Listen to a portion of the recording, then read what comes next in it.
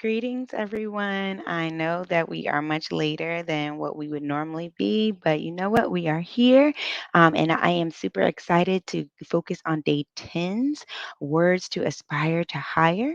In yesterday's words, we really covered Ralph Emerson's essay on compensation. And what the law of compensation says is that each person is compensated in a like manner for that which he or she has contributed. And the law also talks about it being basically another reinstatement of the law of sowing and reaping. It says that you will always be compensated for your efforts and for your contribution, whatever it is, however much or however little that might be. And today we're going to kind of continue on this spectrum, right? And on this thought process and bring into this conversation the law of increasing returns. This essentially says that for every favor, right, or benefit you receive, you give an equal or greater benefit to others. And some may say that this is also the law of diminishing returns. However, I caution you because there is a big difference in this, right? There's a difference between the two, as well as the ways in which you would apply them to your life. So, for today's purpose, we're going to leave behind the law of diminishing returns and really essentially focus on the law of increasing returns. Um, and the ways in which we can apply that law to our life. So there was this guy, he's really cool. His name was Napoleon Hill. I'm a student of all of his work. He was a leading influencer in the mindset industry. He did a lot of work that really impacted the way in which we see life and do life today. And so, in one of his books, he has a chapter called The Habit of Doing More Than You Are Paid For. And this is a very interesting philosophy. I'll add to this, this is a very tough philosophy to live by, right? And the reason it is tough is because we are human and self preservation is in our DNA. We feel as if we are to always look at things from a what's in it for me mentality or perspective. But in order to have success, according to Napoleon Hill, is that we must see and must learn the law of increasing returns. And this is for success at any level, right? So essentially, the law of increasing returns states that by doing more or giving more service than what you are paid to do, the universe will reward you with greater compensation than the money or time that you gave up doing the extra work. For example, we all go to work, right? There essentially is a delayed gratification there, right? We work today and get paid next week. The note here, though, is that at least we know what we're getting paid, right? We know that compensation is coming. We have an idea of what we're going to get paid because we know what our salaries and our pay rates are. We also know what our job responsibilities are and the fact that we will be directly compensated for those responsibilities. However, I'll add this note in here. As far as the law of increasing returns goes, we're going to add a caveat here. One day, our boss asks us to work on a project, right? And it really requires you to work outside of your job responsibilities and outside of your normal time frames.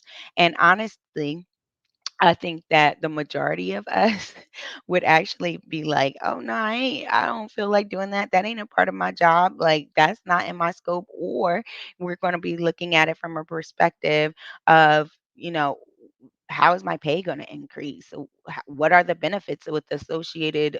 What are the benefits that are associated with me kind of doing this? And essentially, like, does this mean that this is going to be my ongoing job responsibilities? We would have so many questions. We would essentially be wanting to know what's in it for me.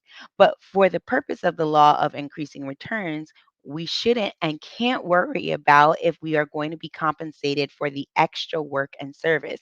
We are to freely give up our time, energies, resources, and skills. And the key here is we're to freely give it up with a willing heart and mind, showing up as you would normally and not doing half the job, but putting your whole self in it without expecting anything in return. I know that that's a lot, right? Like it's like, what do you mean? My time is valuable and I should be compensated by the work that I do and the talent and time that I give, especially for working for someone.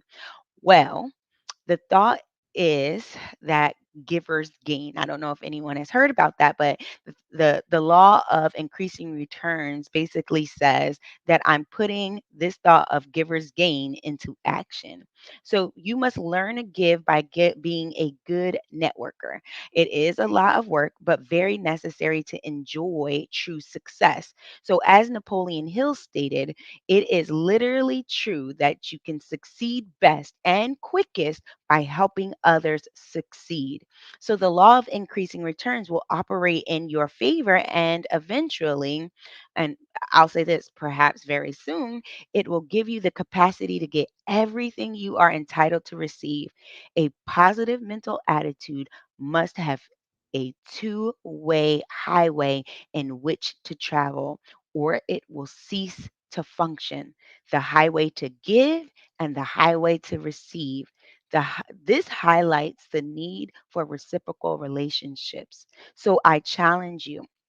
Challenge yourself for the next 6 months to help someone different every day with no expectation of monetary gain. And I want you to see and track it all of how your life changes for the better. This does take a big mental stretch. It requires two things of you. It means that you have to mentally accept in your present moment, right, in this present condition, that there will be a delayed gratification for what you are currently doing or going to do, right? And that sometimes you may not get much in return for what you have given. It might not add up. However, I will say this, you can look at it another way. Remember our thought process about our being able to gain possession of our minds and focusing on positive things is the thing that'll help us change our mental attitude. We can take this as an opportunity to focus our minds on the fact that you will eventually find pleasure in the service, right? Or serving another, and that there will eventually be an equal or better future repayment that is worth waiting for. Again, I'll say that again. So, basically, we can change the way in which we see the delayed gratification and us doing this extra work and going the extra mile for nothing. We can see it from a different perspective, and we can focus our minds on the fact that we can find pleasure in the service that we are going to be rendering or the service to the other, and that there will eventually be an equal or better future repayment that is worth waiting for. Well, guys, I thank you for joining me today and tuning in for today's Words to Aspire to Higher. If you would like to continue to receive updates and notifications, please join the rest of the Royalty Network by pressing that like, subscribe, and follow button. We will also want you to share the wealth, right? Do you know someone who could benefit from a daily positive word or message, or could really utilize some insight on how to see their lives differently? Please share the content with them and encourage them to tune in. We want to be able to make a huge global impact. We want to see lives change for the better. And if you are wanting more insight on how we can partner with you and what additional resources we provide through our training workshops, through our facilitators, keynotes, or one on one offerings, please reach out to us at royaltynetwork.net, or you can send us an email at admin@royaltynetwork.net. Lastly, don't forget to meet us in the throne room next Wednesday at 5 p.m. for barbershop conversations with our friend Ned White, who will be taking the cover off with some of his brothers on the topics that really concern and matter to men. And as always, remember to aspire to your higher. Thank you guys and have a great week.